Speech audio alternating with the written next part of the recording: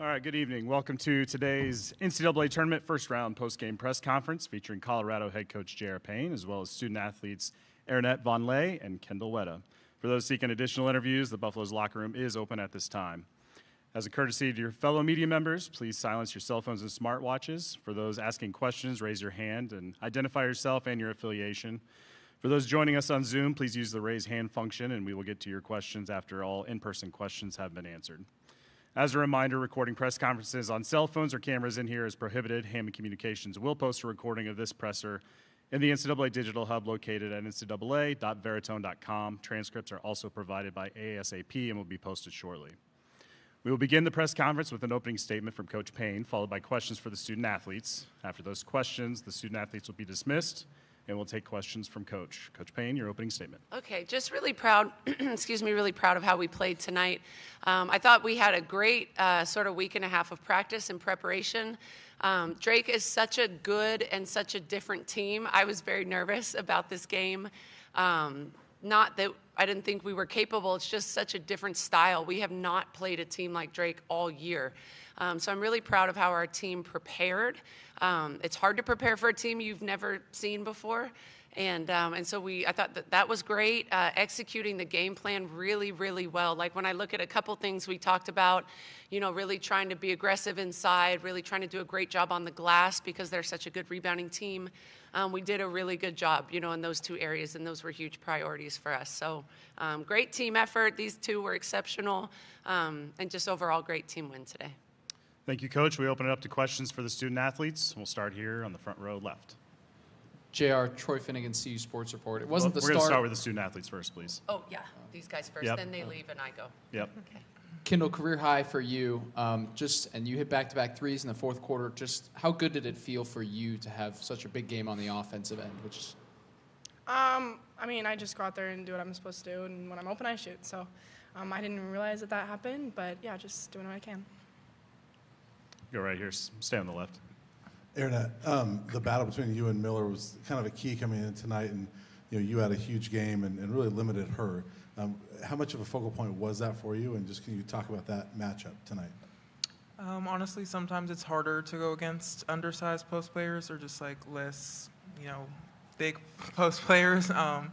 So, they can easily draw charges and stuff, but I just was focused on limiting her touches to avoid getting in foul trouble, and then just being aggressive on offense to take advantage of that mismatch.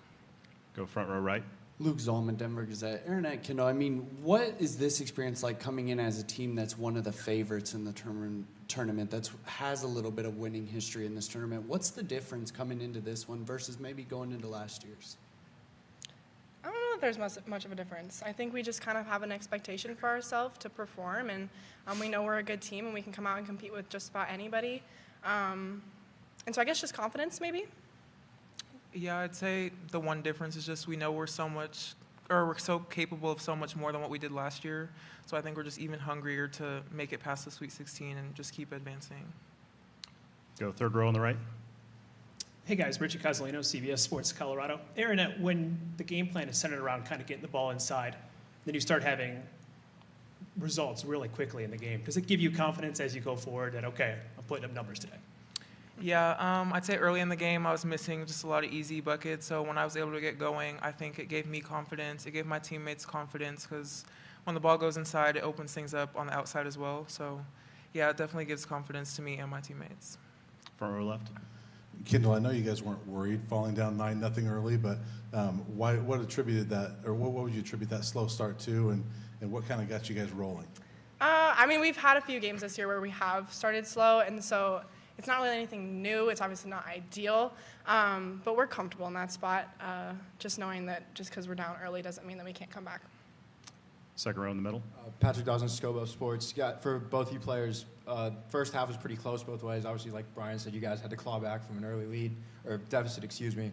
But the third quarter, things kind of blew up wide open. What went into that explosion in the third quarter for you guys? Start with Kendall here. I think we were confident in what we knew was working. Like, we knew that getting the ball into Nettie was working. And so prioritizing moving, defense, all the above. We had lots of people out with 2 fouls in the first half. And so going into the third quarter, we were fresh and ready to turn up the defensive energy. Aaronette? Yeah, I'd agree. I think just being able to adjust and see what was working for us and what wasn't, and just focusing on the things that were working is what just gave us confidence to keep the lead and build off of it. Front row left. For both of you, is there any sort of sigh of relief getting the first one out of the way? And all right, now we're on to the second round, and you got your tournament legs under you a little bit? Start with Arnett. I'd say, yeah, it's nice to get the first one out of the way, but I wouldn't say a sigh of relief. I mean, we still have another game to take care of, and that one is even more important just because we want to get back to the Sweet 16 and go further than we did last year, so we're just focused on the next opponent. Kendall. I felt like we had a great game, and so just going into the next game, taking this momentum into that game. Any further questions for the student athletes? All right, thank you, ladies. Awesome. Congrats on the Thank you. victory. Thank you.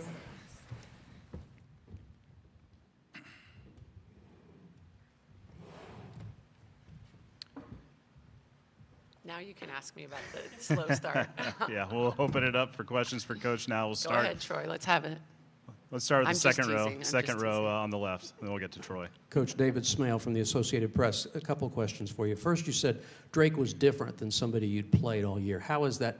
How are they different? The motion that they run with the 5-out system, constant cutting, 5 players on the floor at all times that can shoot the ball. Just the pace at which they play. We have some fast teams, we have some athletic teams, but no one that runs that 5-out continuous cutting, moving, shooting, that's something that's different for us.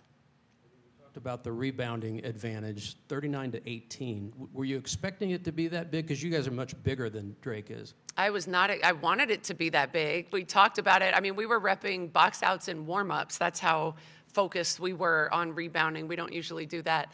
But just they're incredible on the offensive glass. They shoot so many threes that sometimes those are long rebounds. We felt like, we can guard, but we've got to be able to finish plays. And then also we felt like we could offensively crash. We felt like that was going to be an important factor for us. Almost felt like our size could be an advantage on the offensive end more than the defensive end on the glass. And then finally, your thoughts about K-State tomorrow or Sunday. Yeah, I mean, it's funny. We recruited 2 of their best players, and so I know them pretty well. But great team, obviously very well coached, had a lot of success this year. They're very healthy and playing really well. All right, we'll go front row, middle.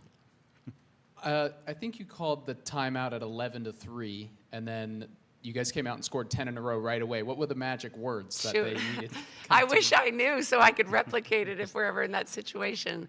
No, I think it was really more just to everybody take a deep breath, calm down, let's execute, let's talk defensively, just basic stuff. It's never anything. I'm not the most magical, speaker. We usually just keep it pretty simple.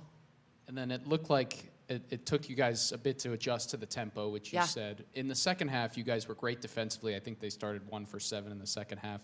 Yeah. What kind of tweaks did you guys make at halftime to kind of counter their attack? I thought our communication was better in the second half. We talked about that a lot. There were several possessions in the first half. Maybe just a guard screen that we could have switched. Maybe we called it, but the other person didn't hear it, so somebody's wide open under the basket. So we really just prioritized our communication, playing underneath our player. And the team just did a really, really great job second half. Go to the front row right. Luke Zolman, Denver Gazette. Coach, when you say you haven't faced a team and you have to prepare for them in practice, what does that look like when you have to prepare for something you haven't before? I mean, does practice change? What changes when you are facing a new test like that? Yeah, well, because it's kind of hard for us to replicate it because we don't run anything like that. And, back home we had practice players and sort of scout team that was trying, but even they don't know how to do that. So I thought our defensive coach, Coach T, did a great job of breaking down actions rather than trying to have 5 players run a system that we can go against that we don't know how to run. Broke down like parts of their offense, so certain types of screens, certain types of cuts, and we repped that out all week long. So at times we really executed the defensive plan well, especially second half.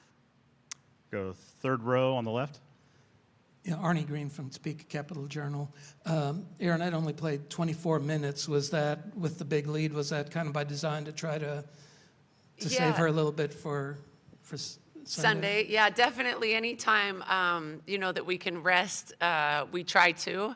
But certainly I knew that Drake was very capable of hitting back-to-back-to-back triples and could have been right back in it again. So we were not going to rest, more than one or two if we could. Front row left. Sticking with Aronette, only 8 of 17 shooting, but she had 6 offensive rebounds. And I thought a key tonight was her sticking with it, and staying aggressive there. Yeah. How important was that in that matchup? Was that something you guys talked about, that Miller's going to alter your shot a little bit? You've got to kind of stick with it? We actually did not talk about that. We saw the film that she's very long, contests really high, and things like that. But I was really, of all the points and the that we did today, I was really proud of Aronette's offensive rebounding. Because she missed the first one, it's hard to score over a 6'5" wingspan, but to stay with it and be able to go right back up with it was really, really crucial for us.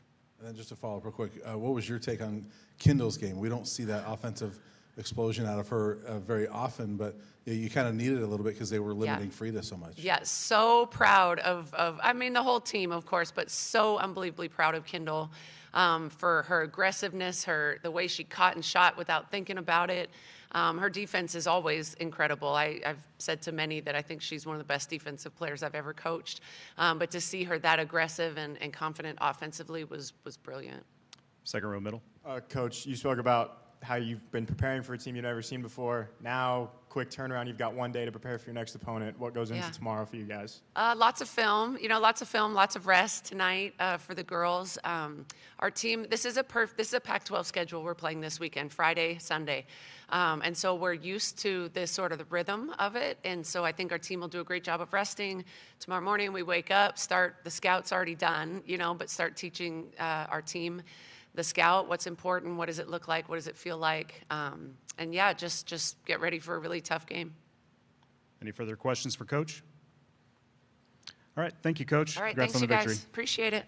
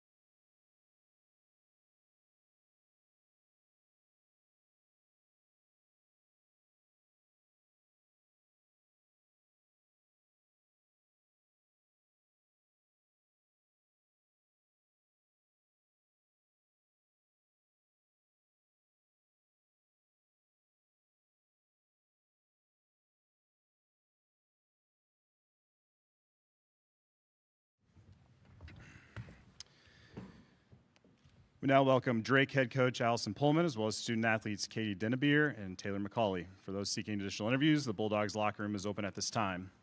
Just like before, we'll begin this presser with an opening statement from Coach, followed by questions for the student athletes. Once those are done, the student athletes will be dismissed, and we'll move on to questions for Coach. Coach, your opening statement. Sure. So overall, really, really excited about this team and the byproduct of what they've done the entire year. To get to 29 wins for the first time in program history, I think is a really, really impressive statistic. We would really like to get it to 30. But today, clearly a lot of different adjustments that could have been made. Ball could have gone in the hole a little bit more. And the captain obvious thing about rebounding clearly did not go in our favor. So still very, very proud of our team. But just didn't come out our way.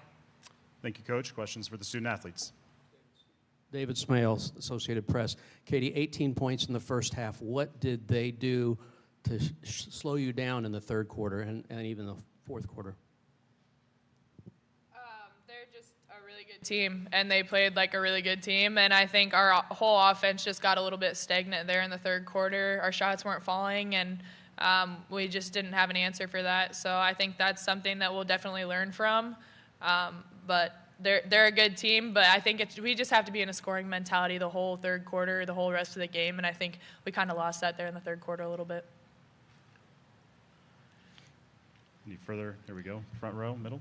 For either of you, you get out to a 9-0 lead, but they kind of got it back right away. Was that a little demoralizing after you got off to such a great start to kind of lose it in the next 2 or 3 minutes? We'll start with Katie on this one. Demoralizing? No. I think basketball is a game of runs, and you just have to expect that from the other team. It's a game, and you see it all the time. I think, again, they're a phenomenal team. We like to get off to a quick start, so yeah, they went on a run, but we hung with them the whole first half. So I think that's something that we should be proud of. Taylor? Yeah, I mean, we knew that they're going to be a tough team from the get-go. They weren't just going to lay down. Again, like Katie said, it is a game of runs, but it's kind of how we respond to those runs. So I think, again, the third quarter, we kind of just looked a little lost out there, kind of back on our heels. But I think the other 3 quarters, we played our hearts out and didn't let their runs really take us out of our Drake basketball. Any further questions for the student athletes? All right, thank you, ladies. Congrats on a great season. Thank you. Thank you.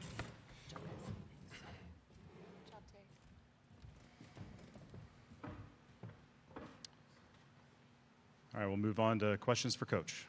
Second row. Coach, talk about their size advantage, not just on the rebounding, but just overall. It seemed like they had bigger players at almost every position. How did that take you guys out of your game? Well, I do think we've seen this before, within our schedule. I think we've done a better job in responding to it as far as like navigating and figuring out edges and different things of that nature. You could talk about their size, but what I would like to talk about is, last year all we heard for Drake men's basketball was how Drake men's basketball is the oldest team in the entire NCAA. I don't know why anybody hasn't done that for women's basketball, because I think Colorado would be that team. We kept saying about the men last year that they were already collecting Social Security. And so I think this very, very, very veteran Colorado team, once again, yes, size maybe, but you're also talking about a heck of a lot of experience that they've been able to put on the floor. Go front row here. I think 11 first half turnovers. I don't know, was that uncharacteristic for you? And besides the rebounding, that seemed to kind of put you in a little bit of a hole. In all honesty, yes, I would love to say that it is uncharacteristic. There's different times, whether it's our communication of not really being on the same page, or whatever it is that we're responding to what the other team is doing. And I think it was probably a combination of the two, where we just, a couple mishaps here and there, but back to Katie's response, which is very eloquent, and she did a phenomenal job of answering that question as far as basketball being a game of runs. We could probably have 11 turnovers, but maybe still score 24 points in that quarter, sort of situation. So it is, yes, uncharacteristic. I would definitely go after the rebounding side of things as far as what's very, very uncharacteristic for our squad. Any further questions? All right. Thank you, Coach. Congrats on a great season. Thank you very much, Ryan. Thank you, guys.